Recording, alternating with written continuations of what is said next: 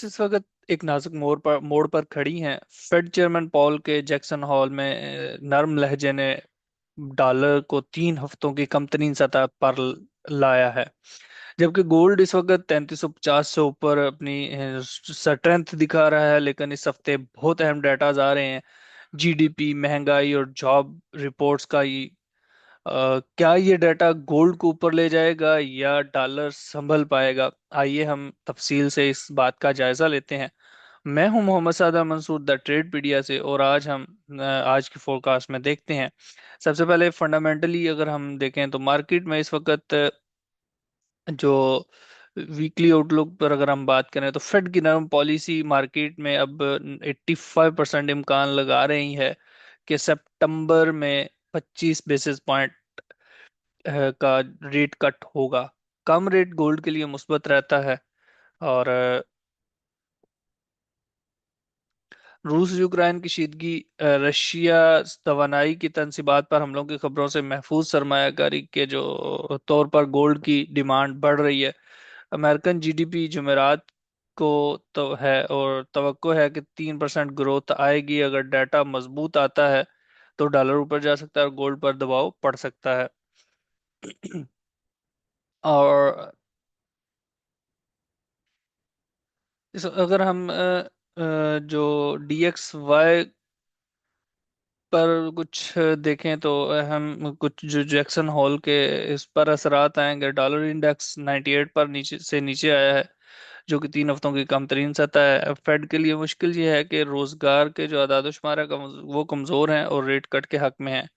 महंगाई अब भी 2% हदफ से ऊपर है। रेट कट महदूद कर रही है, लेकिन बहरहाल चांसेस हैं।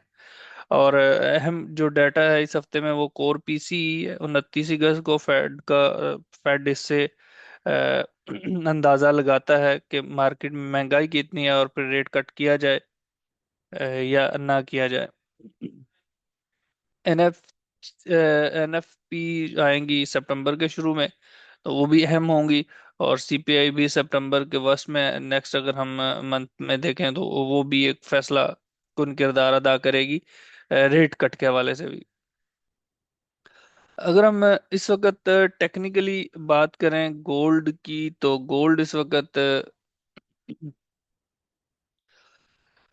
3364 पर ट्रेड हो रहा है डेली टाइम। जो मंथली इस वक्त गोल्ड की जो प्राइस मूवमेंट है वो महदूद है, लिमिटेड सी है। और हमारे पास जो चांसेस हैं वो ये है कि ये एरिया अगर ब्रेक नहीं होता तो यहाँ से हम बाइंग कर सकते हैं, और इस टारगेट तक यहाँ मुझे बहरहाल ये तवक्को है कि मार्केट कुछ रेंज कर सकती है। और लेकिन अगर इसको ब्रेक कर देती है ऊपर, तो एक ऊपर निकलने के चांसेस मौजूद हैं, और वो फिर हमें 3410 तक मार्केट नजर आ सकती है अगर यहाँ से ब्रेक होती है। लेकिन अगर ये नीचे ब्रेक होता है तो रीटेस्टिंग के लिए फिर 45 का एरिया भी अच्छा है। और अगर 45 से नीचे मार्केट करती है करेक्शन, तो फिर हम 3335 के एरिया से बाय की अपॉर्चुनिटी ले सकते हैं, जो कि दोबारा हमें 3375 तक ले जा सकती है। और अगर ये एरिया होल्ड नहीं रहता, ये रेजिस्टेंस नहीं करता और मार्केट इसको ब्रेक कर देती है, फिर तो हमारे पास चांसेस हैं कि हम इसको 3375 से 95 तक और फिर 10 तक देख सकें। लेकिन अगर ये रेजिस्ट करता है एरिया और मार्केट इसको ब्रेक नहीं कर पाती, तो फिर हमारे पास यहाँ से दोबारा से सेलिंग के चांसेस हैं। और बहुत अच्छी सेलिंग, कम से कम बहुत अच्छी से मुराद ये है कि इस लो या इस एरिया तक हमें सेलिंग नजर आ सकती है। और हमें सेलिंग की जो अपॉर्चुनिटीज हैं वो मिल सकती हैं। इस वक्त जो हमारे पास